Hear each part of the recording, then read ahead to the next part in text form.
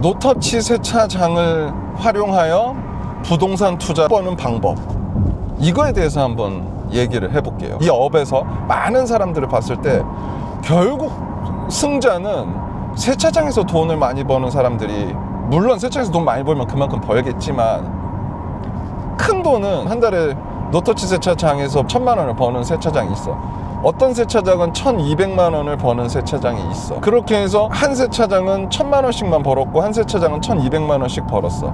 그러면 1년을 하면 200만 원씩 저분이 더 버는 거잖아요.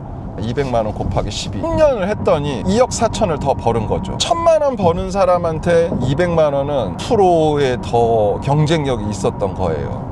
뭐 업장을 운영하는 방식, 업장의 위치, 또는 뭐 이런 모든 걸 포함해서 프로라는 건 굉장히 큰 숫자잖아요. 근데 이 업을 제가 15년 동안 하면서 정말 많은 분들한테 기계를 공급하고 그 매장들이 10년 동안 운영되는 모습을 옆에서 지켜보고, 또 때로는 도움 줄 건 도움 주고, 또 우리도 도움 받을 건 도움 받아가면서 매각하는 사례를 1명 정도는 본 것 같아요. 15년 동안. 결국 웃는 자는 땅값 많이 오른 사람이다. 이거는 이제 지난번 영상에서 제가 얘기한 적이 있고, 계산을 해보면 어떤 느낌이냐면 10억의 땅을 산 거라고 해요. 계산하기 간단하게. 그래서 여기 땅을 산 사람은 아까 그 사람이야. 첫 번째 전자. 그냥 1,000만 원씩만 벌었던 사람이야. 그래서 그걸로 생활비하고 이자 냈겠죠. 이 사람보다 더 잘했던 사람은 아까 그 1,200만 원씩 버는 사람이 있었고, 20%나 더 잘하는 사람. 거꾸로 20% 더 못한 사람의 입장에 대해서 얘기를 해보면 10억의 땅을 사서 10년 지나서 20억에 팔았다고 쳐요.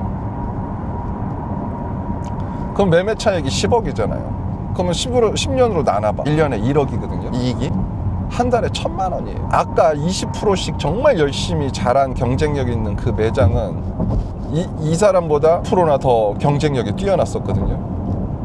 그래서 1,200만 원의 매출 수익을 만들어냈다라는 거죠. 근데 계산을 해보, 그게 아니라는 거예요. 이 사람은 1,000만 원이 아니라 2,000만 원씩 벌고 있었던 거죠. 아까 후자로 얘기한 그분은 1,200만 원만 벌고 있었다는 거죠. 이런 거를 제가 많이 봤거든요. 뭐 기계를 인수인계하는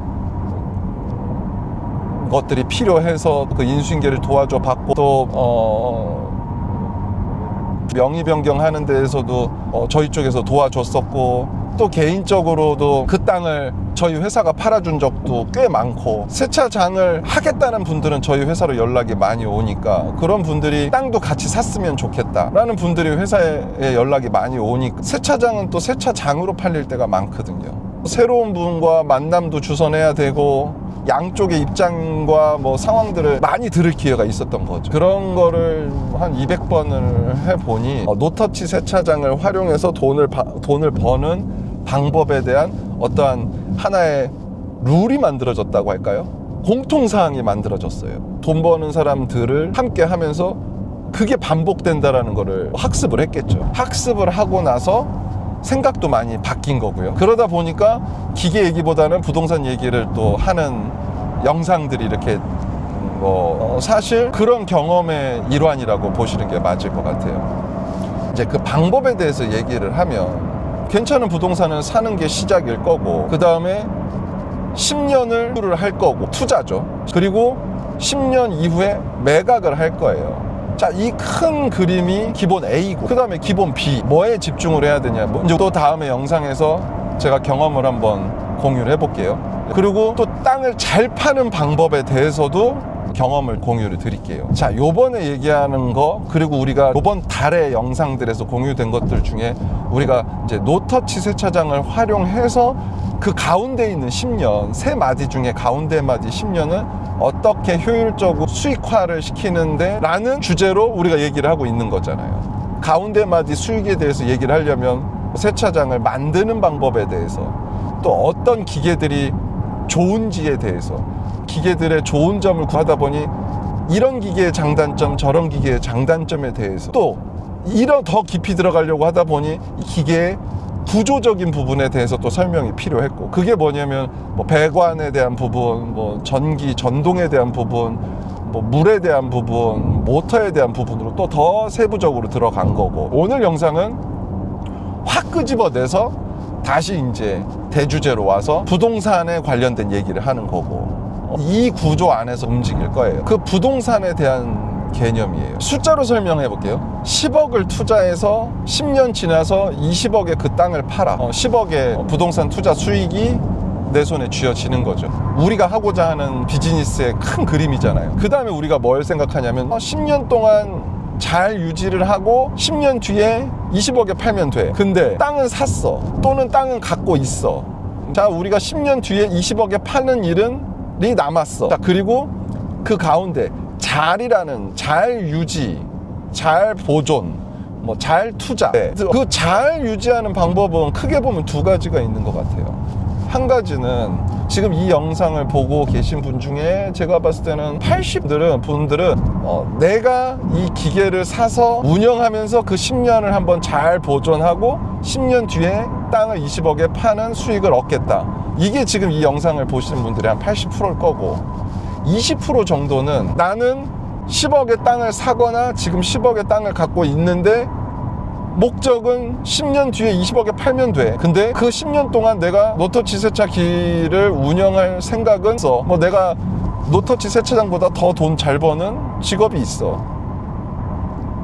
요런 분들이 한 20% 정도 되거든요. 그러면 이제 각각에 대해서 내가 직접 운영할 거야. 이런 분들은 지금 제 영상 중에서 이제 재생 목록에 보면은 기계를 어떻게 쓰고 어떻게 정비하고 이런 영상을 좀 더 집중해서 보세요. 그러면 소기의 목적을 달성하실 수 있을 거예요. 프로 분들은 뭐 기계 관련된 기술 영상은 크게 안 봐도 되죠. 그러면 정도가 들어가는 거죠. 그죠? 규모에 따라서 금액은 좀 바뀌겠지만, 그러면은 10억짜리 땅에다가 3억을 얹어 임대 수익률을 한 4% 잡으면 잘 받는 거니까 부동산 투자하는 거죠. 그럼 4% 잡아도 충분해요. 한 400만 원 월세를 받으면 돼요. 그러면 소기의 목적 달성할 수 있는 거예요. 이렇게 두 가지로 나눠서 생각하시면 돼요. 노터치 세차장을 관심 있게 보는 사람들마다 입장이 똑같고 재산이 똑같고 상황이 똑같지 않아요. 어떤 사람은 자본적 투자자로 접근하는 성향의 노터치를 바라보는 사람이 있고, 또 노터치를 바라볼 때 어떤 사람 필요에 의해서 부동산 투자로서 바라보는 사람이 있고, 또 어떤 사람은 운영하는 매장 수익에 대해서 목적성을 갖고 바라보는 사람이 있고요. 근데 제가 지난번 영상에서 노터치 세차장이라고 해서 돈 버는 방법이 딱 그것만 있다, 것은 아니다. 각 사람마다 목적성이 조금씩 다르기 때문에 방향성도 조금씩 다른 거예요. 그래서 모두 다 같은 생각을 하고 같은 방법이 옳은 건 아니죠. 나는 뭐 부동산을 사서 10년 인플레이션 땅값 오른 거를 킵하는 게 목적이다. 근데 자산도 굉장히 여유가 있다. 이런 사람하고 나는 저스트하다, 투자금이. 근데 아까 그 사람처럼 10년 뒤 부동산 투자를 하는 게 목적이다. 요 두 사람도 방법이 조금 달라야 돼요. 두 분 다 세차장 운영할 사람은 아니잖아요. 그러면 거의 똑같을 것 같죠? 아니에요. 이 사람들도 조금씩 방향이 달라야 돼요. 왜냐면은 요새 금리가 4%, 내 통장에 있는 현금은 이자율이 1%잖아요. 그런 거에 따라서 입장이 다 다르거든. 입장이 달라요. 그리고 또 운영하는 아까 사람들도 입장이 다 달라요. 어떤 사람은 디테일러라는 사람들이 있거든요. 그러니까 자동차에 관련된 외장에 대한 전문가들인 거죠. 막 20년 베테랑, 10년 베테랑, 이런 분들이 노터치 세차장을 운영하면 날라다니겠죠. 날라다녀요. 근데 그런 사람들은 자기 자본이 좀 부족하신 분들이 꽤 있어요. 그런 사람들은 투자비가 적고 임대료가 비싸도 괜찮지. 왜냐하면 그 사람 위로 매출을 상방으로 뚫어 올릴 수 있는 능력이 다른 일반인들보다 탁월한 사람이니까. 그게 그 사람의 경쟁력이니까. 그런 사람들은 또 자기 자본 투자를 최소한 해갖고 정말 보증금만 갖고 매장을 위탁 운영받아갖고 매출의 몇 대 몇을 나누는 방식. 그런 사람들한테 이런 게 저스트죠. 또 투자하는 사람도 그게 제일 저스트해요. 조금 다른 자영업을 해봤지만 이건 안 해봤어. 이 사람은 성실함과 경험은 있지만 상방이 뚫려 있는 사람은 아니잖아요. 이런 분들은 일반 자영업으로 노터치 시장에 접근을 해야죠.